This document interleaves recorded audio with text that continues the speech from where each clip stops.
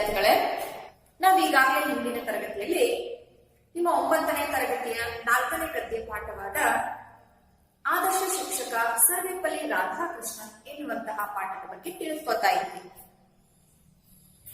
ನೋಡಿ, ಹಾಗಾದ್ರೆ ಹಿಂದಿನ ತರಗತಿಯಲ್ಲಿ ನಾವು ಏನೆಲ್ಲ ತಿಳ್ಕೊಂಡಿದ್ವಿ ಅನ್ನೋಂಥದನ್ನ ಸ್ವಲ್ಪ ನೆನಪು ಮಾಡ್ಕೊಳ್ಳೋಣ ವಿದ್ಯಾರ್ಥಿಗಳೇ. ನೋಡಿ, ಆದರ್ಶ ಶಿಕ್ಷಕ ಸರ್ವೇಪಲ್ಲಿ ರಾಧಾಕೃಷ್ಣನ್ ಎನ್ನುವಂತಹ ಪಾಠ ವ್ಯಕ್ತಿ ಚಿತ್ರ ಎನ್ನುವಂತಹ ಸಾಹಿತ್ಯ ಪ್ರಕಾರದಲ್ಲಿ ರಚನೆಯಾಗಿದೆ. ನೋಡಿ, ವ್ಯಕ್ತಿ ಚಿತ್ರ ಅಂದ್ರೆ ಇದು ಜೀವನ ಚರಿತ್ರೆಯ ಸ್ಥೂಲ ನೋಟ ಅನ್ನುವಂಥದ್ದನ್ನು ತಿಳ್ಕೊಂಡಿದ್ವಿ ಅಲ್ವಾ? ಹಾಗೆಯೇ ಆತ್ಮಕಥೆ, ವ್ಯಕ್ತಿ ಸ್ವತಃ ತನ್ನ ಜೀವನದ ಘಟನೆಗಳನ್ನ ಕುರಿತು ತಾನೇ ದಾಖಲಿಸೋದಕ್ಕೆ ಆತ್ಮಕಥೆ ಅಂತ ಕರಿತೀವಿ. ಒಬ್ಬ ವ್ಯಕ್ತಿಯ ಜೀವನದ ಘಟನೆಗಳನ್ನ ಆಧರಿಸಿ ಮತ್ತೊಬ್ಬ ವ್ಯಕ್ತಿ ಬರೆಯೋದಕ್ಕೆ ಜೀವನ ಚರಿತ್ರೆ ಅಂತ ಹೇಳಿ ಕರಿತೀವಿ. ಆ ಜೀವನ ಚರಿತ್ರೆಯ ಸ್ಥೂಲ ನೋಟನೆ ಅಥವಾ ಸಂಕ್ಷಿಪ್ತ ವಿವರಣೆನೆ ಯಾವುದು ವ್ಯಕ್ತಿ ಚಿತ್ರ ಅನ್ನುವಂತಹ ಈ ಸಾಹಿತ್ಯ ಪ್ರಕಾರಗಳ ಬಗ್ಗೆನೂ ಕೂಡ ನಾವು ತಿಳ್ಕೊಂಡಿದ್ವಿ. ಹಾಗೇನೆ ಈ ರಾಧಾಕೃಷ್ಣನವರ ಬಗ್ಗೆ ಇರ್ತಕ್ಕಂತಹ ಈ ಪಾಠವನ್ನ ಪಠ್ಯ ಪುಸ್ತಕ ರಚನಾ ಸಮಿತಿಯವರು ಆಯ್ಕೆ ಮಾಡಿ ನಿಗದಿಪಡಿಸಿದ್ದಾರೆ ಅಲ್ವಾ?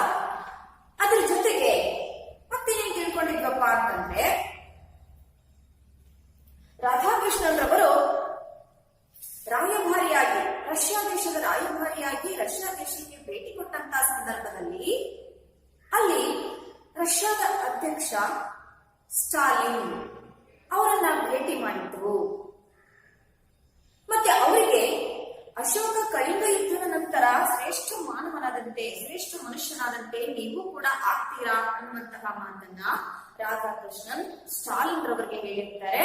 ಈ ಮಾತುಗಳನ್ನ ಸ್ಟಾಲಿನ್ ರವರು ರಾಧಾಕೃಷ್ಣನ್ ರವರನ್ನ ಬೀಳ್ಕೊಡುವಂತಹ ಸಂದರ್ಭದಲ್ಲಿ, ಅಂದ್ರೆ ಅವರ ರಾಯಭಾರಿ ಅವರಿಗೆ ಮುಗಿದ ನಂತರ ರಷ್ಯಾದಿಂದ ಮತ್ತೆ ಅವರು ಭಾರತಕ್ಕೆ ಮರಳಿ ಬರುವಂತಹ ಸಂದರ್ಭದಲ್ಲಿ ಅವರಿಗೆ ಬೀಳ್ಕೊಡುವಂತಹ ಸಮಾರಂಭ ಇರುತ್ತೆ. ಆ ಸಮಾರಂಭದಲ್ಲಿ ಸ್ಟಾಲಿನ್ ರಾಧಾಕೃಷ್ಣನ್ ರವರನ್ನ ಕುರಿತು ಅವರು ಆಡಿರ್ತಕ್ಕಂತಹ ಮಾತುಗಳನ್ನ ಸ್ಮರಿಸ್ಕೋತಾರೆ. ಅಲ್ಲದೇನೆ, ನೀವೊಬ್ಬರೇ ನನ್ನ ಮನುಷ್ಯನಂತೆ ಕಂಡು ವರ್ತಿಸಿದ್ರಿ, ನೀವು ನಮ್ಮನ್ನ ಬಿಟ್ಟು ಹೋಗ್ತಾ ಇದ್ದೀರಾ, ನೀವು ಹೆಚ್ಚು ಕಾಲ ಬಾಳ್ಬೇಕು ಅನ್ನೋದೇ ನನ್ನ ಆಸೆ ಅಂತ ಹೇಳಿ ಸರ್ವಾಧಿಕಾರಿಯಾಗಿ ನಡೆದಿರ್ತಕ್ಕಂತಹ ನಿರಂಕುಶ ಪ್ರಭುತ್ವವನ್ನು ಹೊಂದಿರತಕ್ಕಂತಹ ಸ್ಟಾಲಿನ್ ರಾಧಾಕೃಷ್ಣನ್ ಅವರ ಬಗ್ಗೆ ಇಷ್ಟು ಒಳ್ಳೆಯ ಮಾತುಗಳನ್ನ ಆಡಿರ್ತಾರೆ ವಿದ್ಯಾರ್ಥಿಗಳ. ಹಾಗೆ ಅದರ ಜೊತೆಗೆ ರಾಧಾಕೃಷ್ಣನ್ ರವರು ಎಲ್ಲ ಧರ್ಮಗಳ ಆಳವಾದ ಅಧ್ಯಯನವನ್ನ ಮಾಡಿದ್ರು ಅನ್ನೋದನ್ನ ತಿಳ್ಕೊಂಡಿದ್ವಿ ಅಲ್ವಾ? ಹಾಗೆ ರಾಧಾಕೃಷ್ಣನ್ ರವರು ಎಲ್ಲಿ ಯಾವಾಗ ಜನಿಸಿದ್ರು, ತಂದೆ ತಾಯಿ ಯಾರು ಅನ್ನೋದನ್ನ ತಿಳ್ಕೊಂಡಿದ್ವಲ್ವಾ ವಿದ್ಯಾರ್ಥಿಗಳೇ? ನೆನಪಿದೆನಾ? ನೋಡಿ, ರಾಧಾಕೃಷ್ಣನ್ ರವರು ಆಂಧ್ರ ಪ್ರದೇಶ ಮತ್ತು ತಮಿಳುನಾಡಿನ ಗಡಿಯಲ್ಲಿರುವ, ಅಂದ್ರೆ ಈಗಿನ ಸೀಮಾಂಧ್ರ ಅಂತ ಹೇಳಿ ಕರೀತಾರೆ, ಅಲ್ಲಿರ್ತಕ್ಕಂಥ ತಿರುತ್ತಣಿ ಎನ್ನುವಂತಹ ಪುಟ್ಟ ಗ್ರಾಮದಲ್ಲಿ ಜನಿಸಿರ್ತಾರೆ. ಮೂಲತಃ ಈ ಊರು ಯಾವ್ದಾಗಿರುತ್ತೆ? ಸರ್ವೇಪಲ್ಲಿ, ಆಂಧ್ರ ಪ್ರದೇಶದ ಸರ್ವೇಪಲ್ಲಿ ಆಗಿರುತ್ತೆ. ಆದ್ರೆ ಅವರ ಮುತ್ತಜ್ಜನ ಕಾಲದಲ್ಲಿ ಅವರು ತಮಿಳುನಾಡಿನ ಗಡಿಯಲ್ಲಿರ್ತಕ್ಕಂತಹ ತಿರುತ್ತಣಿ ಎನ್ನುವಂತಹ ಗ್ರಾಮದಲ್ಲಿ ಬಂದು ನೆಲೆಸಿರ್ತಾರೆ. ಹಾಗಾಗಿ ರಾಧಾಕೃಷ್ಣನ್ ರವರು ತಿರುತ್ತಣಿಯಲ್ಲಿ ಜನಿಸಿದ್ರು. ಕ್ರಿಸ್ತಶಕ 1888 ಸೆಪ್ಟೆಂಬರ್ 5ರಲ್ಲಿ ಜನಿಸಿದ್ರು. ಇವರ ತಂದೆ ವೇಲಸ್ವಾಮಿ, ತಾಯಿ ಸೀತಮ್ಮ, ಹಾಗೆ ಇವರ ಪತ್ನಿ ಶಿವಕಾಮು ಅಥವಾ ಪದ್ಮ. ನೋಡಿ, ಇಷ್ಟ ಆಯ್ತು. ಮತ್ತೆ ಅದರ ಜೊತೆಗೆ ಇನ್ನ ಏನ್ ತಿಳ್ಕೊಂಡಿದ್ವಿ ನಾವು? ಏನ್ ಹೇಳಿ? ಯಾವುದು ಅವರ ಶಿಕ್ಷಣದ ಬಗ್ಗೆ, ಇಲ್ಲಿ ಯಾವ್ಯಾವ ಕಾಲೇಜುಗಳಲ್ಲಿ ಯಾವ್ಯಾವ ಶಿಕ್ಷಣ ಪಡ್ಕೊಂಡ್ರು ಅನ್ನೋದನ್ನು ತಿಳ್ಕೊಂಡಿದ್ವಲ್ವಾ? ನೋಡಿ, ಅವರು ಸಂಸ್ಕೃತ ಭಾಷೆಯನ್ನ ಕಲಿಬೇಕು ಅಂತ ಹೇಳಿ ಅವ್ರ ತಂದೆಗೆ ಆಸೆ ಇತ್ತು. ಆದ್ರೆ ಅದು ಆಗ್ಲಿಲ್ಲ. ಅವಾಗೆಲ್ಲ ಹೆಚ್ಚಾಗಿ ಮಿಷನರಿ ಶಾಲೆಗಳಿದ್ವು, ಆಂಗ್ಲ ಮಾಧ್ಯಮದ ಶಾಲೆಗಳೇ ಇದ್ವು. ಹಾಗಾಗಿ ಅವರು ಆಂಗ್ಲ ಮಾಧ್ಯಮ ಶಾಲೆಗೆ ಸೇರಿಸ್ತಾರೆ. ಎಲ್ಲಪ್ಪ ಅಂದ್ರೆ ತಿರುಪತಿಯ ಹರ್ಮನ್ಸ್ಬರ್ಗ್ ಎನ್ನುವಂತಹ ಮಿಷನರಿ ಶಾಲೆಯಲ್ಲಿ ಅವರು ತಮ್ಮ ಪ್ರಾಥಮಿಕ ಮತ್ತೆ ಪ್ರೌಢ ಶಿಕ್ಷಣವನ್ನ ಪಡ್ಕೊತಾರೆ. ಹಾಗೇನೆ ಅಲ್ಲಿಂದ ವೆಲ್ಲೂರಿನಲ್ಲಿರ್ತಕ್ಕಂಥ ಊರ್ಸ್ ಕಾಲೇಜಿನಲ್ಲಿ ಅವರು 2 ವರ್ಷಗಳ ಕಲಾ ಪದವಿ ಶಿಕ್ಷಣವನ್ನು ಪಡ್ಕೊತಾರೆ. ಅದಾದ ನಂತರ ಅವರು ಮದ್ರಾಸಿನಲ್ಲಿರ್ತಕ್ಕಂಥ ಕ್ರಿಶ್ಚಿಯನ್ ಕಾಲೇಜಿನಲ್ಲಿ BA ಪದವಿ ಮತ್ತೆ ತತ್ವಶಾಸ್ತ್ರದಲ್ಲಿ MA ಪದವಿಗಳನ್ನ ಪಡ್ಕೊತಾರೆ ವಿದ್ಯಾರ್ಥಿಗಳೇ. ನೋಡಿ, ಇವರು ಬಡ ಕುಟುಂಬದಲ್ಲಿ ಹುಟ್ಟಿರ್ತಕ್ಕಂತಹ ಒಬ್ಬ ಶ್ರೇಷ್ಠ ಮಾನವ ಅಂತ ಹೇಳ್ಬೋದು. ಇವರು ತಮ್ಮ ಬಡತನವನ್ನ ಯಾವುದೇ ಅಡ್ಡಿ ಅಂತ ಅನ್ಕೊಳ್ತೇನೆ ಕಿರಿಯ ಸಹಪಾಠಿಗಳಿಗೆ ಪಾಠ ಹೇಳ್ಕೊಟ್ಟು ಹಣ ಗಳಿಸ್ಕೊಂಡು ವಿದ್ಯಾರ್ಥಿ ವೇತನವನ್ನ ಪಡ್ಕೊಂಡು ಅದರಿಂದ ತಮ್ಮ ಹೆಚ್ಚಿನ ವಿದ್ಯಾಭ್ಯಾಸವನ್ನ ಪೂರೈಸಿಕೊಂಡ್ರು, ಹೆಚ್ಚಿನ ಜ್ಞಾನಾರ್ಜನೆಯನ್ನ ಪಡ್ಕೊಂಡ್ರು. ಆದ್ರಿಂದಲೇ ಅವರು ಒಬ್ಬ ಶಿಕ್ಷಕನಾಗಿದ್ದಂತಹ ರಾಧಾಕೃಷ್ಣನ್ ಹಂತ ಹಂತವಾಗಿ ಅವರು ಅಭಿವೃದ್ಧಿಯನ್ನು ಹೊಂದುತ್ತಾ ಹೋಗ್ತಾರೆ. ಹಂತ ಹಂತವಾಗಿ ಒಂದೊಂದೇ ಹೆಜ್ಜೆ ಇಡ್ತಾ ಅವರು ಈ ರೀತಿ ಸಾಧನೆಯನ್ನ ಮಾಡ್ತಾ ಹೋಗ್ತಾರೆ ವಿದ್ಯಾರ್ಥಿಗಳ. ನೋಡಿ, ಒಬ್ಬ ಶಿಕ್ಷಕರಾಗಿದ್ದಂಥವ್ರು, ಅದಾದ್ಮೇಲೆ ಶಿಕ್ಷಣ ತಜ್ಞರಾದ್ರು, ತತ್ವಶಾಸ್ತ್ರ ಅವರ ನೆಚ್ಚಿನ ವಿಷಯ ಆಗಿತ್ತು, ತತ್ವಜ್ಞಾನಿಯಾಗಿದ್ರು, ಹಾಗೆಯೇ ಹಲವಾರು ಕಾಲೇಜುಗಳಲ್ಲಿ ಪ್ರಾಧ್ಯಾಪಕರಾಗಿದ್ರು ಅಲ್ವಾ, ಹಲವಾರು ವಿಶ್ವವಿದ್ಯಾನಿಲಯಗಳಲ್ಲಿ ಕುಲಪತಿಗಳಾಗಿ ಕೆಲಸ ಮಾಡಿದ್ರು. ಅದಾದ ನಂತರ ರಷ್ಯಾ ದೇಶದ ರಾಯಭಾರಿಯಾಗಿದ್ರು. ಅಲ್ಲಿ ಅವರ ಸೇವೆಯನ್ನು ಮೆಚ್ಚಿ ಅವರನ್ನ ಉಪರಾಷ್ಟ್ರಪತಿಗಳನ್ನಾಗಿ ಮಾಡ್ತಾರೆ. ಉಪರಾಷ್ಟ್ರಪತಿಗಳಾಗಿ ಅವರ ಸೇವೆಯನ್ನು ಮಾಡಿದ್ದನ್ನು ಮನಗಂಡು ರಾಷ್ಟ್ರಪತಿಯಾಗಿ ನೇಮಕ ಮಾಡ್ತಾರೆ. ನೋಡಿ, ಹೀಗೆ ಬಡ ಕುಟುಂಬದಲ್ಲಿ ಹುಟ್ಟಿರ್ತಕ್ಕಂತಹ ಒಬ್ಬ ಆದರ್ಶ ಶಿಕ್ಷಕ, ಶಿಕ್ಷಣ ತಜ್ಞ, ತತ್ವಜ್ಞಾನಿ, ಹೀಗೆ ಇಷ್ಟೆಲ್ಲ ಹಂತ ಹಂತವಾಗಿ ಅವರು ಉನ್ನತ ಮಟ್ಟಕ್ಕೆ ಇರ್ತಾರೆ ವಿದ್ಯಾರ್ಥಿಗಳೇ. ಹಾಗಾಗಿ ಇವರೊಬ್ರು ಮಹಾನ್ ಶಿಕ್ಷಕ, ಆದರ್ಶ ಶಿಕ್ಷಕ. ಶಿಕ್ಷಕರ ಸ್ಥಾನಮಾನಗಳಿಗೆ ಹೆಚ್ಚು ಗೌರವ, ಪ್ರೀತಿ, ಶ್ರೇಷ್ಠತೆಯನ್ನು ತಂದುಕೊಟ್ಟಿರ್ತಕ್ಕಂತಹ ಒಬ್ಬ ಮಹಾನ್ ಶಿಕ್ಷಕ ಅಂತ ಹೇಳ್ಬೋದು ರಾಧಾಕೃಷ್ಣನ್ ಅವ್ರಿಗೆ. ನೋಡಿ, ಇಷ್ಟೆಲ್ಲ ವಿಷಯಗಳನ್ನ ನಾವು ತಿಳ್ಕೊಂಡಿದ್ವಿ ಅಲ್ವಾ ವಿದ್ಯಾರ್ಥಿಗಳ ಹಿಂದಿನ ತರಗತಿಯಲ್ಲಿ. ಹಾಗಾದ್ರೆ ಈಗ ಇವತ್ತಿನ ತರಗತಿಯಲ್ಲಿ ನಾವು ಏನ್ ತಿಳ್ಕೊಳ್ಳೋಣಪ್ಪ ಅಂತಂದ್ರೆ, ರಾಧಾಕೃಷ್ಣನ್ ಅವರು ಅವರ ವಿದ್ಯಾಭ್ಯಾಸದ ನಂತರ ಅವರು ಯಾವ ವೃತ್ತಿಯನ್ನ ಮಾಡಿದ್ರು, ಎಲ್ಲೆಲ್ಲಿ ಸೇವೆ ಮಾಡಿದ್ರು, ಏನೇನು ಕೆಲಸ ಮಾಡಿದ್ರು ಅನ್ನೋದನ್ನ ನೋಡೋಣ ವಿದ್ಯಾರ್ಥಿಗಳೇ. ನೋಡಿ, ನಾನು ಪುಸ್ತಕ ಓದ್ತೀನಿ, ನೀವು ಗಮನಿಸ್ತಾ ಪುಸ್ತಕ ನೋಡ್ತಾ ಹೋಗ್ಬೇಕು. ರಾಧಾಕೃಷ್ಣನ್ ಅವರು ಶಿಕ್ಷಣ ಇಲಾಖೆಯ ಉಪ ಸಹಾಯಕ ಇನ್ಸ್ಪೆಕ್ಟರ್ ಆಗಿ ಮದ್ರಾಸಿನಲ್ಲಿ, ಈಗಿನ ಚೆನ್ನೈ, ಮೊದಲ ಸೇವೆಯನ್ನು ಆರಂಭಿಸಿದರು. ಅನಂತರ ಮದ್ರಾಸಿನ ಪ್ರೆಸಿಡೆನ್ಸಿ ಕಾಲೇಜು, ಸೈಯದ್ ಪೇಟೆಯ ಟೀಚರ್ಸ್ ಟ್ರೈನಿಂಗ್ ಕಾಲೇಜು, ಆಂಧ್ರದ ಅನಂತಪುರ ಹಾಗೂ ರಾಜಮಂಡ್ರಿಯ ಸರ್ಕಾರಿ ಕಲಾ ಕಾಲೇಜುಗಳಲ್ಲಿ ಸೇವೆ ಸಲ್ಲಿಸಿದರು. ಈ ಅವಧಿಯಲ್ಲಿ ಸಂಸ್ಕೃತವನ್ನು ಪಂಡಿತರಿಂದ ಕಲಿತನಲ್ಲದೆ ಗಾಂಧೀಜಿಯವರನ್ನು ಭೇಟಿ ಮಾಡಿ ರಾಷ್ಟ್ರೀಯ ಹೋರಾಟವನ್ನು ಬೆಂಬಲಿಸಿ ಲೇಖನಗಳನ್ನು ಬರೆದರು. ಮೈಸೂರು ವಿಶ್ವವಿದ್ಯಾನಿಲಯದಲ್ಲಿ ತತ್ವಶಾಸ್ತ್ರದ ಉಪಪ್ರಾಧ್ಯಾಪಕರಾಗಿ ಹಾಗೂ ಕೋಲ್ಕತ್ತಾದಲ್ಲಿ, ಹಿಂದಿನ ಕಲ್ಕತ್ತಾ, ಪ್ರಾಧ್ಯಾಪಕರಾಗಿ ಸಲ್ಲಿಸಿದ ಸೇವೆ ಸ್ಮರಣೀಯ. ಇದಲ್ಲದೆ ಆಂಧ್ರ, ದೆಹಲಿ, ಬನಾರಸ್ ವಿಶ್ವವಿದ್ಯಾಲಯಗಳಲ್ಲಿ ಕುಲಪತಿಯಾಗಿ ಸೇವೆ ಸಲ್ಲಿಸಿ ಅವುಗಳ ಪುರೋಭಿವೃದ್ಧಿಗೆ ಶ್ರಮಿಸಿದರು. ಆಕ್ಸ್ಫರ್ಡ್ ವಿಶ್ವವಿದ್ಯಾಲಯದಲ್ಲೂ ಸಂದರ್ಶಕ ಪ್ರಾಧ್ಯಾಪಕರಾಗಿ ಕಾರ್ಯನಿರ್ವಹಿಸಿದರು. ರಾಧಾಕೃಷ್ಣನ್ ಅವರ ಬೋಧನಾ ಶೈಲಿ, ನಿರರ್ಗಳತೆ, ವಿಷಯದ ಮೇಲಿನ ಪ್ರಭುತ್ವ ವಿದ್ಯಾರ್ಥಿಗಳನ್ನು ಬಹುಬೇಗ ಆಕರ್ಷಿಸಿತು.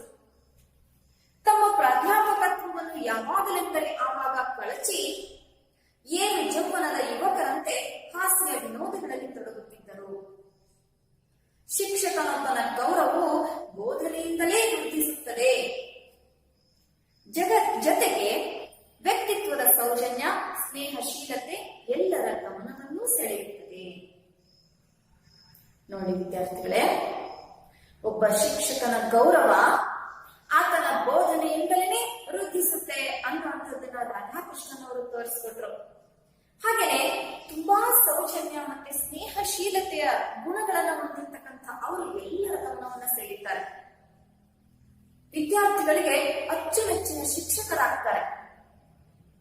ನೋಡಿ, ಇವರು ಮೊಟ್ಟ ಮೊದಲು ಎಲ್ಲಿ ಸೇರಿದ್ರಪ್ಪ ಕೆಲಸಕ್ಕೆ ಅಂದ್ರೆ ಮದ್ರಾಸ್ನಲ್ಲಿ.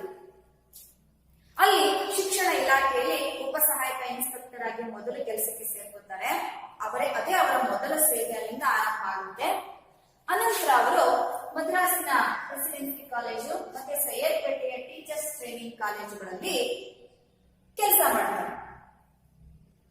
ಅಲ್ಲೂ ಕೂಡ ಅವರು ಅದರ ಜೊತೆಗೆ ಆಂಧ್ರದಲ್ಲಿರ್ತಕ್ಕಂಥ ಅನಂತಪುರ ಹಾಗೂ ರಾಜಮಂಡ್ರಿಯ ಸರ್ಕಾರಿ ಕಲಾ ಕಾಲೇಜು, ಈ ಕಾಲೇಜುಗಳಲ್ಲಿ ಅವರು ಶಿಕ್ಷಕರಾಗಿ ಸೇವೆ ಮಾಡ್ತಾರೆ, ಪ್ರಾಧ್ಯಾಪಕರಾಗಿ ಕೆಲಸ ಮಾಡ್ತಾರೆ. ಅದ್ರ ಜೊತೆಗೆ ಈ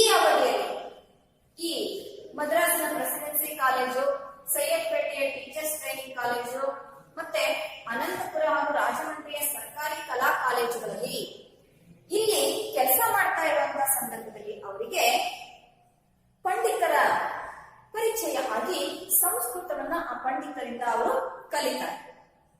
ಅಲ್ಲದೆ ಈ ಅವಧಿಯಲ್ಲಿ ಅವರು ಗಾಂಧೀಜಿಯವರನ್ನು ಕೂಡ ಭೇಟಿ ಮಾಡಿ ರಾಷ್ಟ್ರೀಯ ಹೋರಾಟವನ್ನ ಬೆಂಬಲಿಸಿ ಲೇಖನಗಳನ್ನ ಬರೀತಾರೆ ವಿದ್ಯಾರ್ಥಿಗಳೇ. ನೋಡ್ರಿ, ಆ ಸಂದರ್ಭದಲ್ಲಿ ಸ್ವಾತಂತ್ರ್ಯ ಹೋರಾಟ ಪ್ರಾರಂಭ ಆಗಿತ್ತು. ಅದಕ್ಕೂ ಕೂಡ ಇವರು ಪ್ರೋತ್ಸಾಹ ನೀಡ್ತಾರೆ, ಗಾಂಧೀಜಿಯವರನ್ನ ಭೇಟಿ ಮಾಡ್ತಾರೆ, ಆ ಸ್ವಾತಂತ್ರ್ಯ ಹೋರಾಟಗಳನ್ನ ಕುರಿತು ಲೇಖನಗಳನ್ನ ಬರೀತಾರೆ, ಜನರನ್ನ ಎಚ್ಚರಿಸಲಿಕ್ಕೆ, ಹುರಿದುಂಬಿಸ್ಲಿಕ್ಕೆ. ನೋಡಿ, ಅಲ್ಲದೆ ಮೈಸೂರು ವಿಶ್ವವಿದ್ಯಾನಿಲಯದಲ್ಲಿ ತತ್ವಶಾಸ್ತ್ರ ವಿಷಯದ ಪ್ರಾಧ್ಯಾಪಕರಾಗಿ ಕೆಲಸ ಮಾಡ್ತಾರೆ. ಜೊತೆಗೆ ಕೋಲ್ಕತ್ತಾದಲ್ಲೂ ಕೂಡ ಪ್ರಾಧ್ಯಾಪಕರಾಗಿ ಅವರು ಸೇವೆಯನ್ನ ಸಲ್ಲಿಸಿದ್ದು ಅದು ಸ್ಮರಣೀಯ. ಅಂದ್ರೆ ಯಾವತ್ತೂ ಕೂಡ ಅದನ್ನು ಮರೆಯೋದಕ್ಕಾಗೋದಿಲ್ಲ, ಅಂತಹ ಸೇವೆಯನ್ನು ಅವರು ಸಲ್ಲಿಸಿದ್ದಾರೆ ವಿದ್ಯಾರ್ಥಿಗಳೇ. ಜೊತೆಗೆ ಆಂಧ್ರ, ದೆಹಲಿ, ಬನಾರಸ್ ಈ ವಿಶ್ವವಿದ್ಯಾನಿಲಯಗಳಲ್ಲಿ ಕುಲಪತಿಗಳಾಗಿಯೂ ಕೂಡ ಅವರು ಕೆಲಸ ಮಾಡಿದ್ರು. ಇವರು ಹಾಗಾದ್ರೆ ಇಷ್ಟೆಲ್ಲ ಹೆಸರು ಮಾಡಲಿಕ್ಕೆ ಕಾರಣ ಅಂದ್ರೆ ಅವರ ಬೋಧನಾ ಶೈಲಿ, ಅವರ ಬೋಧನೆಯಲ್ಲಿ ಇರ್ತಕ್ಕಂಥ ನಿರರ್ಗಳತೆ, ಅವರ ವಿಷಯದ ಮೇಲೆ ಹೊಂದಿರತಕ್ಕಂಥ ಪ್ರಭುತ್ವ, ವಿಷಯದಲ್ಲಿ ಅವರಿರ್ತಕ್ಕಂಥ ಪಾಂಡಿತ್ಯ, ಇದೆಲ್ಲದರಿಂದಾಗಿ ಅವರು ವಿದ್ಯಾರ್ಥಿಗಳನ್ನ ಬಹುಬೇಗ ಆಕರ್ಷಿಸ್ತಾ ಇದ್ರು, ಬಹುಬೇಗ ವಿದ್ಯಾರ್ಥಿಗಳಿಗೆ ಅಚ್ಚುಮೆಚ್ಚಾಗ್ತಾ ಇದ್ರು.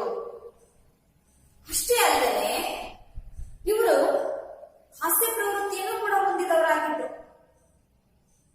ಪಾಠ ಮಾಡ್ತಾ ಮಾಡ್ತಾ ಯಾವಾಗಂದ್ರೆ ಆವಾಗ ಅವರು ತಮ್ಮ ಪ್ರಾಧ್ಯಾಪಕತ್ವವನ್ನ ಕಳಚಿ, ಅಂದ್ರೆ ಆ ಬೋಧನೆಯಿಂದ ಹೊರಬಂದು ಏರು ಜೀವನದ ಯುವಕರಂತೆ ಹಾಸ್ಯ ವಿನೋದಗಳಲ್ಲಿ ತೊಡಗುತ್ತಾ ಇದ್ರು, ವಿದ್ಯಾರ್ಥಿಗಳನ್ನ ನಗಿಸ್ತಾ ಇದ್ರು, ಹಾಸ್ಯ ಮಾಡ್ತಾ ಇದ್ರು, ಬೋಧನೆಯ ಮಧ್ಯೆ ಮಧ್ಯೆ ಅವರಿಗೆ ನಗಿಸ್ತಾ ಇದ್ರು, ಹಾಸ್ಯದಲ್ಲಿ ತೊಡಗ್ತಾ ಇದ್ರು ವಿದ್ಯಾರ್ಥಿಗಳು. ಈ ರೀತಿಯವರು ಹಾಸ್ಯ ಪ್ರವೃತ್ತಿಯನ್ನು ಕೂಡ ಹೊಂದಿದವರಾಗಿದ್ರು. ನೋಡಿ, ಹೀಗೆ ಈ ರೀತಿಯವರು ತಮ್ಮ ಬೋಧನಾ ಶೈಲಿ, ಅದರಲ್ಲಿರ್ತಕ್ಕಂಥ ನಿರರ್ಗಳತೆ, ಅವರಿಗೆ ವಿಷಯದ ಮೇಲೆ ಇರ್ತಕ್ಕಂಥ ಪ್ರಭುತ್ವ, ಇದೆಲ್ಲದರಿಂದಾಗಿ ಅವರು ಬಹುಬೇಗ ಹೆಸರನ್ನ ಮಾಡಿದ್ರು, ಪ್ರಸಿದ್ಧಿಯಾದರು, ಉತ್ತಮ ಶಿಕ್ಷಕ ಅಂತ ಅನ್ನಿಸ್ಕೊಂಡ್ರು, ವಿದ್ಯಾರ್ಥಿಗಳಿಗೆ ಅಚ್ಚುಮೆಚ್ಚಿನ ಶಿಕ್ಷಕರಾದರು. ಹಾಗಾಗಿ ಒಬ್ಬ ಶಿಕ್ಷಕನಿಗೆ ಆತನ ಬೋಧನೆಯಿಂದಲೇ ಅವನ ಗೌರವ ವೃದ್ಧಿಸುತ್ತೆ ಅನ್ನುವಂಥದ್ದನ್ನ ರಾಧಾಕೃಷ್ಣನವರು ತೋರಿಸಿಕೊಟ್ರು ವಿದ್ಯಾರ್ಥಿಗಳೇ. ನೋಡಿ, ಹಾಗಾದ್ರೆ ಈ ಮುಂದೆ ಏನಿದೆ ಅಂತ ನೋಡಿ. ಅವರು ಕೋಲ್ಕತ್ತಾ ವಿಶ್ವವಿದ್ಯಾಲಯದ ತತ್ವಶಾಸ್ತ್ರ ಪ್ರಾಧ್ಯಾಪಕರಾಗಿ ನೇಮಕಗೊಂಡಾಗ ಮೈಸೂರಿನಿಂದ ಹೊರಟ ದಿನ ಅವರಿಗೆ ಕೊಟ್ಟಂತಹ ವೈಭವದ ಬೀಳ್ಕೊಡುಗೆ ಯಾವ ಚಕ್ರವರ್ತಿಗೂ ದೊರೆತಿರಲಾರದು. ಅಂದಿನ ವಾತಾವರಣದಲ್ಲಿದ್ದುದು ವೈಭವಕ್ಕಿಂತ ಹೆಚ್ಚಾಗಿ ಹೃದಯದಿಂದ ನೇರವಾಗಿ ಹೊರಹೊಮ್ಮಿದ ಗುರುಪ್ರೇಮ. ವಿದ್ಯಾರ್ಥಿಗಳೆಲ್ಲರಲ್ಲೂ ಭಕ್ತಿ ಪ್ರೇಮದ ಚಿಲುಮೆ ಉಕ್ಕಿ ಬಂತು. ರಾಧಾಕೃಷ್ಣನ್ ಅವರನ್ನು ಮಹಾರಾಜ ಕಾಲೇಜಿನಿಂದ ರೈಲು ನಿಲ್ದಾಣಕ್ಕೆ ಕರೆದೊಯ್ಯುವಾಗ ಸಾರೋಟಿಗೆ ಕುದುರೆಯನ್ನು ಕಟ್ಟಲಿಲ್ಲ, ಸ್ವತಃ ವಿದ್ಯಾರ್ಥಿಗಳೇ ಎಳೆದೊಯ್ದರು. ರಾಧಾಕೃಷ್ಣನ್ ಅವರಿಗಾಗಿ ಕಾದಿರಿಸಿದ್ದ ಕಂಪಾರ್ಟ್ಮೆಂಟ್ ಅನ್ನು ಒರಟುದುಂಬು ಹಾಗೂ ರತ್ನಗಂಬಳಿಗಳನ್ನು ಹಾಸಿ ಮಲಗುವ ಸೀಟನ್ನು, ನೆಲವನ್ನು ಹೂವಿನಿಂದ ಸುಪ್ಪತ್ತಿಗೆಯಂತೆ ಮಾಡಿ ದೈವ ಮಂದಿರವನ್ನು ಭಕ್ತರು ಅಲಂಕರಿಸುವಂತೆ ಅಲಂಕರಿಸಲಾಗಿತ್ತು. ರಾಧಾಕೃಷ್ಣನ್ ಅವರಿಗೆ ಜಯವಾಗಲಿ ಎಂಬ ಕೂಗು ರೈಲ್ವೆ ಸ್ಟೇಷನ್ನಿನ ಆವರಣದಲ್ಲೆಲ್ಲ ಮೊಳಗುತ್ತಿತ್ತು. ಆ ದಿನ ಭಾವೋದ್ರೇಕದಿಂದ ಅದೆಷ್ಟು ಜನ ಆಗ್ತಾರೋ. ವಿದ್ಯಾರ್ಥಿಗಳು ತೋರಿದ ವಿಶ್ವಾಸ ಅವರ ಕಣ್ಣಿನಲ್ಲೂ ನೀರು ತಂದಿತು. ನೋಡಿ ವಿದ್ಯಾರ್ಥಿಗಳೇ, ಅವರು ವಿದ್ಯಾರ್ಥಿಗಳಿಗೆ ಎಷ್ಟು ಅಚ್ಚುಮೆಚ್ಚಿನ ಶಿಕ್ಷಕರಾಗಿದ್ರು ಅನ್ನುವಂಥದ್ದು ನಮಗಿಲ್ಲಿ ಅರ್ಥ ಆಗುತ್ತೆ. ಅವರು ಮೈಸೂರಿನ ಮಹಾರಾಜ ಕಾಲೇಜಿನಲ್ಲಿ ಪ್ರಾಧ್ಯಾಪಕರಾಗಿ ಕೆಲಸ ಮಾಡ್ತಾ ಇದ್ರು. ಒಂದು ಸಾರಿ ಅವ್ರಿಗೆ ಏನಾಯ್ತು ಅಂದ್ರೆ, ಆ ಮೈಸೂರಿನ ಕಾಲೇಜಿನಿಂದ ಕೋಲ್ಕತ್ತಾ ವಿಶ್ವವಿದ್ಯಾನಿಲಯಕ್ಕೆ ತತ್ವಶಾಸ್ತ್ರ ಪ್ರಾಧ್ಯಾಪಕರಾಗಿ ನೇಮಕಗೊಳ್ತಾರೆ. ಆಗ ಅವರಿಗೆ ಮೈಸೂರಿನ ಕಾಲೇಜಿನಿಂದ ಬೀಳ್ಕೊಡುಗೆ ಕೊಡಲಾಗುತ್ತೆ ವಿದ್ಯಾರ್ಥಿಗಳೇ. ಯಾವ ರೀತಿ ಬೀಳ್ಕೊಡುಗೆ ಕೊಟ್ರಪ್ಪ ಅಂದ್ರೆ, ಅಂತಹ ಬೀಳ್ಕೊಡುಗೆ ಯಾವ ಚಕ್ರವರ್ತಿಗೂ ಕೂಡ ದೊರೆತಿರ್ಲಿಲ್ವೇನೋ, ಅಷ್ಟು ವೈಭವದಿಂದ ಅವರನ್ನ ಬೀಳ್ಕೊಟ್ರು ವಿದ್ಯಾರ್ಥಿಗಳೆಲ್ಲರೂ ಸೇರ್ಕೊಂಡು. ನೋಡಿ, ಅವರನ್ನ ಬೀಳ್ಕೊಡ್ಬೇಕಾದ್ರೆ ವಿದ್ಯಾರ್ಥಿಗಳೆಲ್ಲರಲ್ಲೂ ಕೂಡ ಭಕ್ತಿ ಪ್ರೇಮದ ಚಿಹ್ನೆ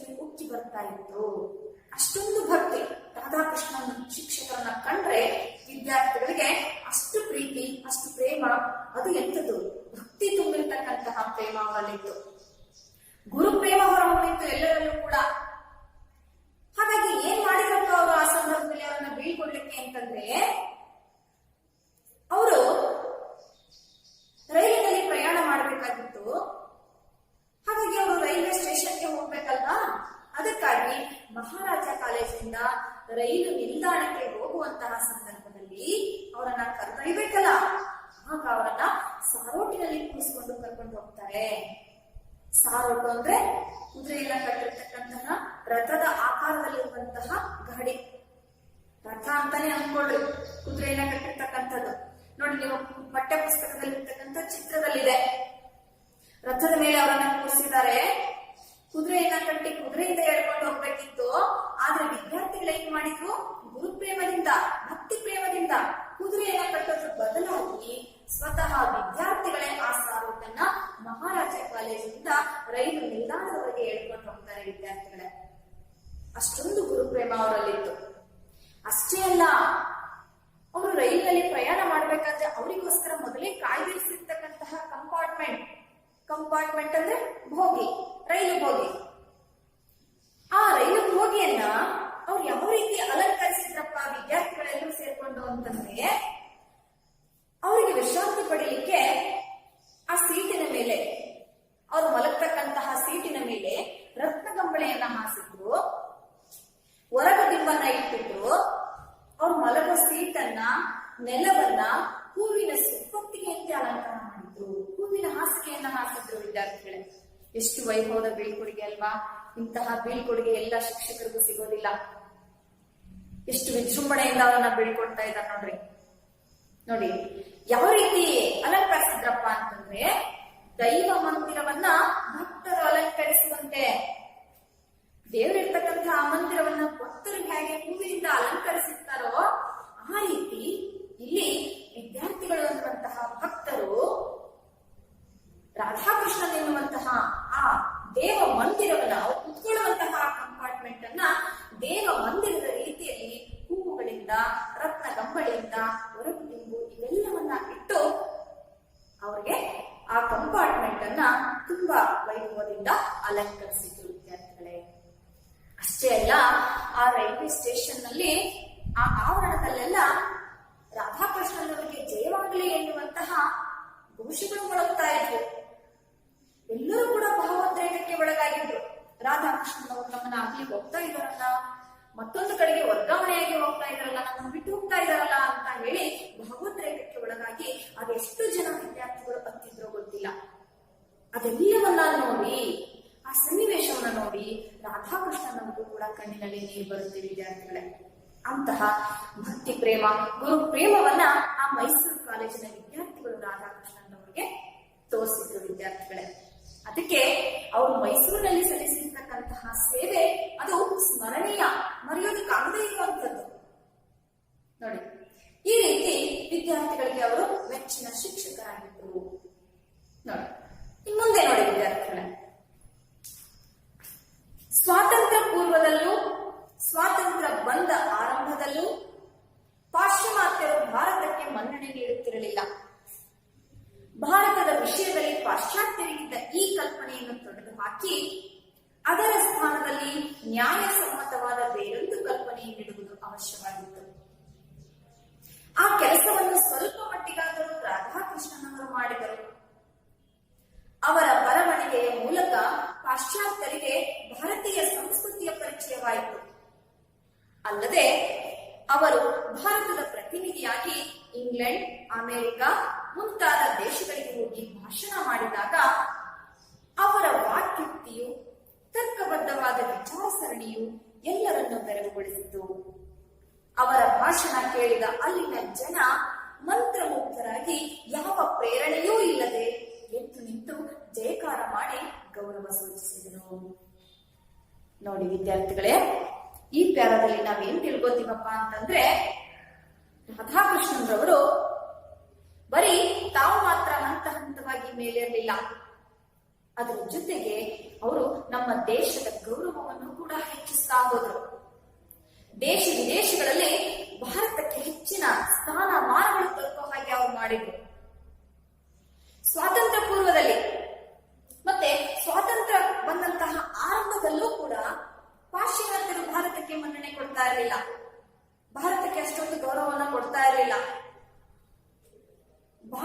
ವಿಷಯದಲ್ಲಿ ಪಾಶ್ಚಾತ್ಯರಿಗೆ ಏನೋ ಒಂದು ರೀತಿಯ ತಾತ್ಸಾರ ಮನೋಭಾವ, ಅದಕ್ಕೆ ಹೆಚ್ಚಿನ ಮನ್ನಣೆ ಇರಲಿಲ್ಲ ಅವರ ಮನಸ್ಸಿನಲ್ಲಿ, ಅವರ ಭಾವನೆಗಳಲ್ಲಿ.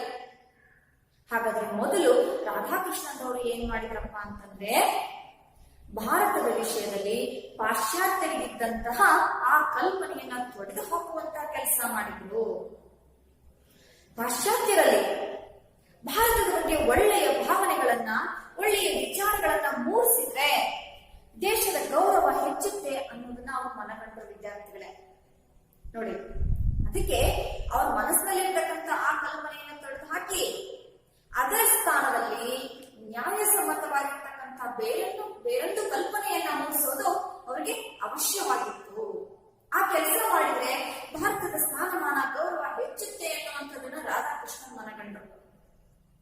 ಆ ಕೆಲಸವನ್ನ ರಾಧಾಕೃಷ್ಣನವರು ಮಾಡಿದ್ರು. ಹಾಗೆಯೇ ಅವರು ಬರವಣಿಗೆಗಳನ್ನ ಬರೆಯೋದ್ರ ಮೂಲಕ ಪಾಶ್ಚಾತ್ಯರಿಗೆ ಭಾರತೀಯ ಸಂಸ್ಕೃತಿಯ ಪರಿಚಯವನ್ನ ಮಾಡಿಸ್ತಾರೆ. ಅಲ್ಲದೆ ಭಾರತದ ಪ್ರತಿನಿಧಿಯಾಗಿ ಇಂಗ್ಲೆಂಡ್, ಅಮೆರಿಕ ಮೊದಲಾದ ದೇಶಗಳಿಗೆ ಹೋಗಿ ಭಾರತದ ಪರವಾಗಿ ಅವರು ಭಾಷಣವನ್ನ ಮಾಡ್ತಾರೆ. ಅವರು ಭಾಷಣ ಮಾಡಿದಾಗ ಅವರ ವಾಕ್ಯುಕ್ತಿ, ಅವರ ತರ್ಕಬದ್ಧ ವಿಚಾರಗಳು, ಅವ್ರು ಮಾತನಾಡ್ತಕ್ಕಂಥ ಶೈಲಿ, ಅವ್ರು ಮಾತನಾಡುವಂತಹ ವಿಷಯ ಎಲ್ಲರನ್ನೂ ಕೂಡ ಬೆರಗುಗೊಳಿಸುತ್ತೆ. ಯಾವುದ್ರ ಬಗ್ಗೆ ಮಾತನಾಡ್ತಾ ಇದ್ರು? ಭಾರತ ದೇಶದ ಬಗ್ಗೆ. ಭಾರತದ ಪ್ರತಿನಿಧಿಯಾಗಿ ಅಲ್ಲಿ ಹೋಗಿ ಭಾರತದ ಬಗ್ಗೆ ಭಾಷಣ ಮಾಡ್ತಾ ಇದ್ರು. ಅದೆಲ್ಲವನ್ನ ಕೇಳಿರ್ತಕ್ಕಂತಹ ಅಲ್ಲಿನ ಜನರು ಮಂತ್ರಮುಗ್ಧರಾಗ್ತಾ ಇದ್ರು. ಮಂತ್ರಮುಗ್ಧರು ಅಂದ್ರೆ ಮೂಕ ವಿಸ್ಮಿತರು, ಆಶ್ಚರ್ಯಚಕಿತರಾಗಿದ್ರು. ಭಾರತ ಈ ರೀತಿ ಇದೆನಾ, ಭಾರತದ ಬಗ್ಗೆ ಇಷ್ಟೆಲ್ಲ ವಿಚಾರಗಳು ತಿಳಿಸ್ತಾ ಇದ್ದಾರೆ ಇವರು ಅಂತ ಹೇಳಿ ಆಶ್ಚರ್ಯ ಪಡೋ ರೀತಿಯಲ್ಲಿ ಅವರು ಮಂತ್ರಮುಗ್ಧರಂತೆ ಯಾರ ಪ್ರೇರಣೆನೂ ಇಲ್ಲದೇನೆ ಎದ್ದು ನಿಂತ್ಕೊಂಡು ಜೈಕಾರ ಮಾಡಿ ಗೌರವ ಸೂಚಿಸ್ತಾರೆ. ಆ ರೀತಿ ರಾಧಾಕೃಷ್ಣನವರು ಭಾಷಣ ಮಾಡ್ತಾರೆ ವಿದ್ಯಾರ್ಥಿಗಳೇ. ನೋಡಿ, ವಿದೇಶಿಗರು ಭಾರತಕ್ಕೆ ಮನ್ನಣೆ ಕೊಡ್ತಾ ಇರಲಿಲ್ಲ, ಅಂಥದ್ರಲ್ಲಿ ಯಾರ ಪ್ರೇರಣೆನೂ ಇಲ್ಲದೇನೆ ಅವರು ಎದ್ದು ನಿಂತ್ಕೊಂಡು ಘೋಷಣೆ ಮಾಡ್ತಾ ಜೈಕಾರ ಹಾಕ್ತಾರೆ. ಅಷ್ಟರ ಮಟ್ಟಿಗೆ ಪಾಶ್ಚಾತ್ಯರ ಮನಸ್ಸನ್ನ ರಾಧಾಕೃಷ್ಣನವರು ಬದಲಾಯಿಸ್ತಾರೆ. ಬದಲಾದ ಹಾಗೆ ಭಾರತವನ್ನ ಕುರಿತು ಅವರು ಭಾಷಣ ಮಾಡ್ತಾರೆ ವಿದ್ಯಾರ್ಥಿಗಳೇ. ನೋಡಿ, ಇದರಿಂದ ಭಾರತ ಮತ್ತೆ ಇತರ ದೇಶಗಳ ಬಾಂಧವ್ಯ ವೃದ್ಧಿಸುತ್ತೆ, ಒಳ್ಳೆ ಸಂಬಂಧ ಮೂಡುತ್ತೆ. ಪಾಶ್ಚಾತ್ಯರಲ್ಲಿ ಭಾರತದ ಬಗ್ಗೆ ಒಳ್ಳೆಯ ಕಲ್ಪನೆಗಳನ್ನು ಮೂಡುತ್ತಾರೆ. ಹೀಗೆ ರಾಧಾಕೃಷ್ಣನವರು ಭಾರತದೊಂದಿಗೆ ಇತರೆ ದೇಶಗಳ ಬಾಂಧವ್ಯ ಹೆಚ್ಚುವ ರೀತಿಯಲ್ಲಿ ಅವರು ಕೆಲಸವನ್ನ ಮಾಡ್ತಾರೆ. ಇದು ಕೂಡ ಅವರ ಮಹತ್ ಸಾಧನೆ ವಿದ್ಯಾರ್ಥಿಗಳೇ. ನೋಡಿ, ಇನ್ನೊಂದಿನ ಬ್ಯಾರದಲ್ಲಿ ಏನಿದೆ ವಿದ್ಯಾರ್ಥಿಗಳೇ, ರಾಧಾಕೃಷ್ಣನವರು ಹಿಂದೂ ಧರ್ಮದ ತತ್ವಶಾಸ್ತ್ರ ಮತ್ತು ಸಾಹಿತ್ಯವನ್ನೆಲ್ಲ ಅಧ್ಯಯನ ಮಾಡಿದರು. ಯುರೋಪಿಯನ್ ತತ್ವಶಾಸ್ತ್ರ ಮತ್ತು ಸಾಹಿತ್ಯದ ಅಭಿವ್ಯಕ್ತ ವಿಚಾರಗಳಿಂದ ಅವರ ವಿಶ್ವದೃಷ್ಟಿ ಮತ್ತು ತಾತ್ವಿಕ ದೃಷ್ಟಿಕೋನ ಪ್ರಭಾವಿತವಾಯಿತು. ಸ್ವಾಮಿ ವಿವೇಕಾನಂದರ ವಿಚಾರಧಾರೆ ಅವರ ಮನವನ್ನು ಆಕರ್ಷಿಸಿತು. ಅವರು ಹಿಂದೂ ಧರ್ಮವು ಒಂದು ವೈಚಾರಿಕ ಜೀವನ ಮಾರ್ಗವೆಂದು, ನೈತಿಕ ಗುಣಾತ್ಮಕ ವಿಷಯಗಳಿಂದ ಕೂಡಿದ್ದು ಮಾನವನ ಆಂತರಿಕ ಜೀವನದ ಬಗ್ಗೆ ಪ್ರಾಮುಖ್ಯತೆಯುಳ್ಳದ್ದಾಗಿದೆ. ಹಿಂದೂ ಧರ್ಮವಾಗಲಿ ವೇದಾಂತವಾಗಲಿ ಅಸತ್ಯವನ್ನು ಹೇಳುವುದಿಲ್ಲ. ಭಾರತೀಯ ಚಿಂತನೆಗಳು ಯಾವುದೋ ವಿಚಿತ್ರ ಮತ್ತು ನಿಗೂಢ ಪರಿಕಲ್ಪನೆಗಳಾಗಿಲ್ಲ. ಜೀವನದ ನಾಡಿ ಮಿಡಿತಗಳನ್ನು, ಸೂಕ್ಷ್ಮ ಮನಸ್ಸಿನ ಚಿಂತನೆಗಳನ್ನು ತಿಳಿಯಪಡಿಸುವುದಾಗಿದೆ ಎಂದು ಸರಳವಾಗಿ ಹೇಳಿದರು. ಶಿಕ್ಷಣದ ಮಹತ್ವವನ್ನು ಮನಗಂಡ ಇವರು, ಶಿಕ್ಷಣವು ಜೀವನದ ಅವಿಭಾಜ್ಯ ಅಂಗ, ಅದು ಮಾನವನ ಪರಿಪೂರ್ಣತೆ ಹಾಗೂ ಸಂಸ್ಕೃತಿಯತ್ತ ಒಯ್ಯುವ ಸಾಧನ ಮಾರ್ಗ ಎಂದಿದ್ದಾರೆ. ಕೆನಡಾ ದೇಶದ ರೇಡಿಯೋ ಪ್ರಸಾರ ಭಾಷಣದಲ್ಲಿ ಮಾನವತೆಗೆ ವಿಶ್ವ ಅನುಸರಿಸಬೇಕಾದ ಮಾರ್ಗ ಎಂದು ತಮ್ಮ ನಿಲುವನ್ನು ಅಭಿವ್ಯಕ್ತಪಡಿಸಿದರು. ನೋಡಿ ವಿದ್ಯಾರ್ಥಿಗಳೇ, ಈ ಕಾಲದಲ್ಲಿ ನಾವು ಏನಂತ ಹೇಳ್ಬೋತೀವಪ್ಪ ಅಂತಂದ್ರೆ, ರಾಧಾಕೃಷ್ಣನವರು ಹಿಂದೂ ಧರ್ಮದ ಬಗ್ಗೆ ಹೇಳಿರುವಂತಹ ವಿಚಾರಗಳನ್ನ ತಿಳ್ಕೋಬೇಕು. ಅವರು ಹಿಂದೂ ಧರ್ಮದ ತತ್ವಶಾಸ್ತ್ರ ಮತ್ತೆ ಸಾಹಿತ್ಯವನ್ನು ಅಧ್ಯಯನ ಮಾಡಿದ್ದರು. ಅದರ ಜೊತೆಗೆ ಯುರೋಪಿಯನ್ ತತ್ವಶಾಸ್ತ್ರ ಮತ್ತು ಸಾಹಿತ್ಯದ ವಿಚಾರಗಳನ್ನು ಕೂಡ ಅವರು ಅರಿತುಕೊಂಡಿದ್ರು. ನೋಡಿ, ಇವರಿಗೆ ಸ್ವಾಮಿ ವಿವೇಕಾನಂದರ ವಿಚಾರಧಾರೆಗಳು ಇವರ ಮನಸ್ಸನ್ನು ಆಕರ್ಷಿಸ್ತಾರೆ. ಸ್ವಾಮಿ ವಿವೇಕಾನಂದರು ಕೂಡ ಹಾಗೆ ಅಲ್ವಾ, ಚಿಕಾಗೋ ಸರ್ವಧರ್ಮ ಸಮ್ಮೇಳನಕ್ಕೆ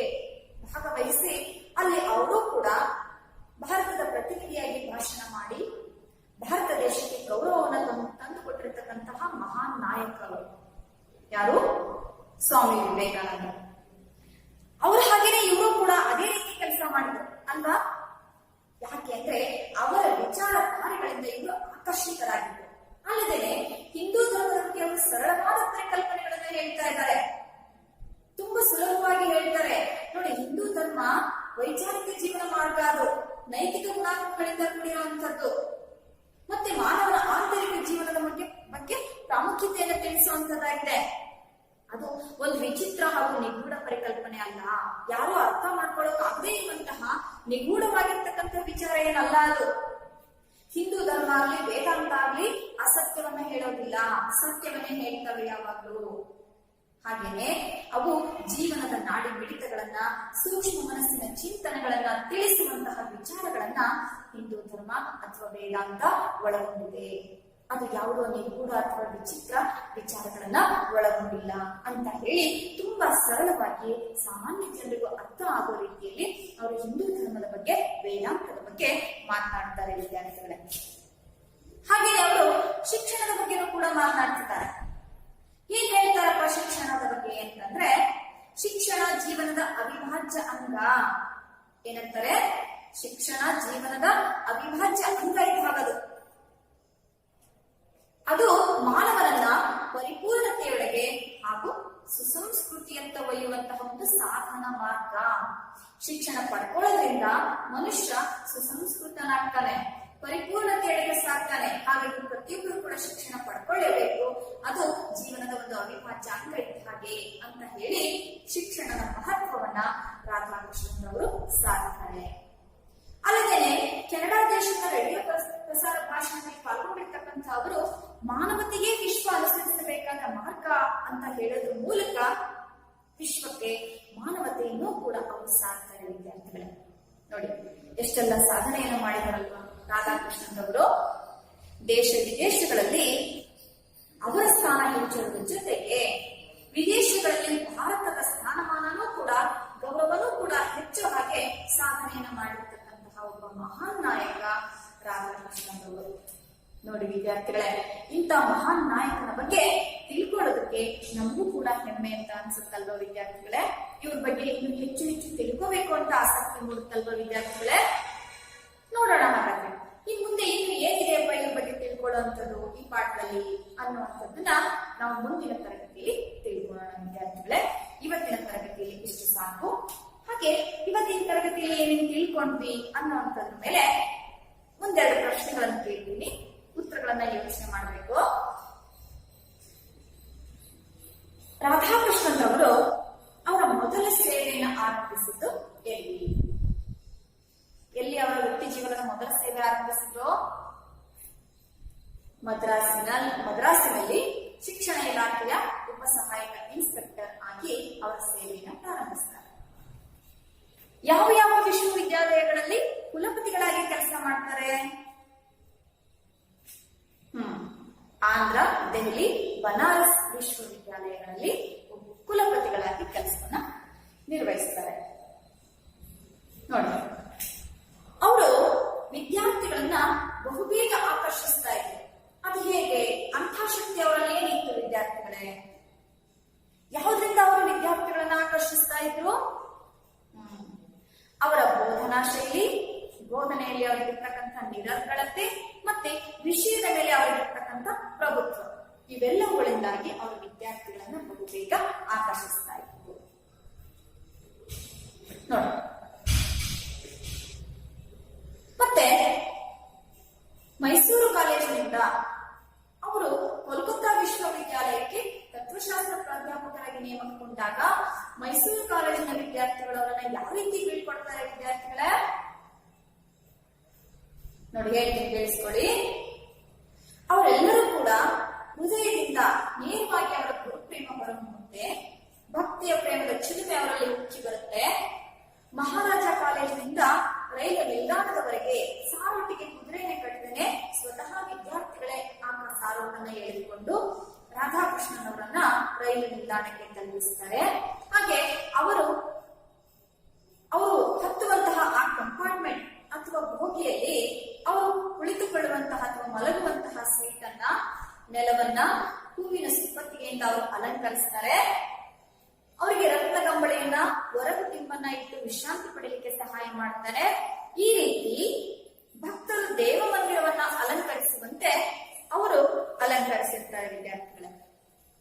ನೋಡಿ, ಮತ್ತೆ ರಾಧಾಕೃಷ್ಣರವರು ಪಾಶ್ಚಾತ್ಯರ ಮನಸ್ಸಿನಲ್ಲಿ ಭಾರತದ ಬಗ್ಗೆ ಇರ್ತಕ್ಕಂತಹ ಕಲ್ಪನೆಗಳನ್ನ ಯಾವ ರೀತಿ ತೊಡೆದು ಹಾಕಿದ್ರು ನೋಡಿ, ಯೋಚನೆ ಮಾಡಿ ಉತ್ತರನ. ಅವರು ಬರವಣಿಗೆಗಳನ್ನ ಬರೆಯೋದ್ರ ಮೂಲಕ ಪಾಶ್ಚಾತ್ಯರಿಗೆ ಭಾರತೀಯ ಸಂಸ್ಕೃತಿಯ ಪರಿಚಯ ಆಗೋ ರೀತಿಯಲ್ಲಿ ಮಾಡಿದರು. ಅದರ ಜೊತೆಗೆ ಅವರು ಭಾರತದ ಪರವಾಗಿ ಅಮೆರಿಕ, ಇಂಗ್ಲೆಂಡ್ ಮೊದಲಾದ ದೇಶಗಳಿಗೆ ಭೇಟಿ ಕೊಟ್ಟು ಭಾಷಣ ಮಾಡಿ ಪಾಶ್ಚಾತ್ಯರಿಗೆ ಭಾರತದ ಬಗ್ಗೆ ಇರತಕ್ಕಂತಹ ಕಲ್ಪನೆಯನ್ನು ತೊಡೆದು ಹಾಕಿ ಒಳ್ಳೆಯ ಅಭಿಪ್ರಾಯ ಮೂಡೋ ಹಾಗೆ ಅವರು ಮಾಡಿದ್ರು ನೋಡಿ. ಮತ್ತೆ ರಾಧಾಕೃಷ್ಣರವರು ಯಾವ್ಯಾವ ಧರ್ಮದ ಬಗ್ಗೆ ಅಧ್ಯಯನ ಮಾಡಿದ್ರು? ಹಿಂದೂ ಧರ್ಮದ ತತ್ವಶಾಸ್ತ್ರ ಮತ್ತೆ ಸಾಹಿತ್ಯವನ್ನ ಅಧ್ಯಯನ ಮಾಡಿದ್ರು. ಅದರ ಜೊತೆಗೆ ಯುರೋಪಿಯನ್ ತತ್ವಶಾಸ್ತ್ರ ಮತ್ತೆ ಸಾಹಿತ್ಯದಲ್ಲೂ ಕೂಡ ಅವರಿಗೆ ಆಸಕ್ತಿ ಇತ್ತು, ಅದನ್ನು ಕೂಡ ತಿಳ್ಕೊಂಡಿದ್ರು ವಿದ್ಯಾರ್ಥಿಗಳೇ. ನೋಡಿ, ಮತ್ತೊಂದು ಪ್ರಶ್ನೆ, ರಾಧಾಕೃಷ್ಣರವರು ಶಿಕ್ಷಣದ ಬಗ್ಗೆ ಏನ್ ಮಾತುಗಳನ್ನು ಹೇಳಿದ್ದಾರೆ? ಶಿಕ್ಷಣವು ಜೀವನದ ಅವಿಭಾಜ್ಯ ಅಲ್ಲ, ಅದು ಮನುಷ್ಯನನ್ನ ಪರಿಪೂರ್ಣತೆಯೆಡೆಗೆ ಮತ್ತೆ ಸುಸಂಸ್ಕೃತಿಯತ್ತ ಒಯ್ಯುವಂತಹ ಸಾಧನ ಮಾರ್ಗ ಅಂತ ಹೇಳಿದ್ದಾರೆ ವಿದ್ಯಾರ್ಥಿಗಳೇ. ನೋಡಿ ವಿದ್ಯಾರ್ಥಿಗಳೇ, ಹಾಗಾದ್ರೆ ಇವತ್ತಿನ ತರಗತಿಯಲ್ಲಿ ನಾವು ರಾಧಾಕೃಷ್ಣರವರ ಬಗ್ಗೆ ಎಷ್ಟೊಂದೆಲ್ಲ ಒಳ್ಳೆಯ ವಿಚಾರಗಳನ್ನ ತಿಳ್ಕೊಂಡಿದೆ ಅಲ್ವಾ? ನೋಡಿ, ನೀವು ಮತ್ತೊಂದು ಸಾರಿ ಇವತ್ತಿನ ತರಗತಿಯಾಗಿರ್ತಕ್ಕಂಥ ಈ ಪಾಠವನ್ನ ಮತ್ತೊಂದು ಸಾರಿ ನೀವು ಅರ್ಥ ಮಾಡ್ಕೋಬೇಕು ವಿದ್ಯಾರ್ಥಿಗಳೇ. ಇನ್ನು ಹೆಚ್ಚಿನ ವಿಷಯಗಳನ್ನು ನಾವು ಮುಂದಿನ ತರಗತಿಯಲ್ಲಿ ತಿಳ್ಕೊಳ್ಳೋಣ ವಿದ್ಯಾರ್ಥಿಗಳೇ. ಧನ್ಯವಾದಗಳು.